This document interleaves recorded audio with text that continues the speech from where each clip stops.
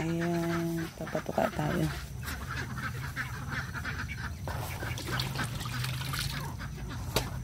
Maglilinis muna tayo ng painuman nila.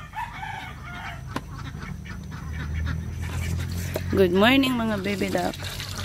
Nagputi yung mga itlog niya sa ano ah.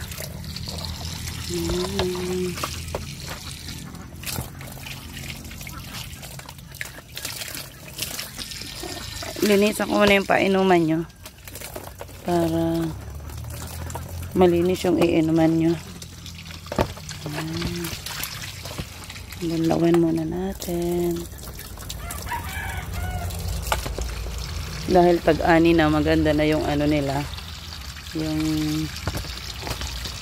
kanilang sahig. Ayan, sige, tahimik sila. Palibasa tuyo yung mga higaan nila. Ang gagawin ko habang nag-aano tayo, nagpapatubig tayo, pulutin na natin yung mga egg na medyo madudumi.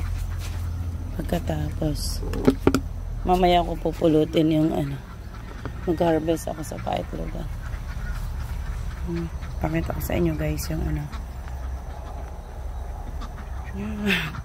kung saan saan sila umitlog eh.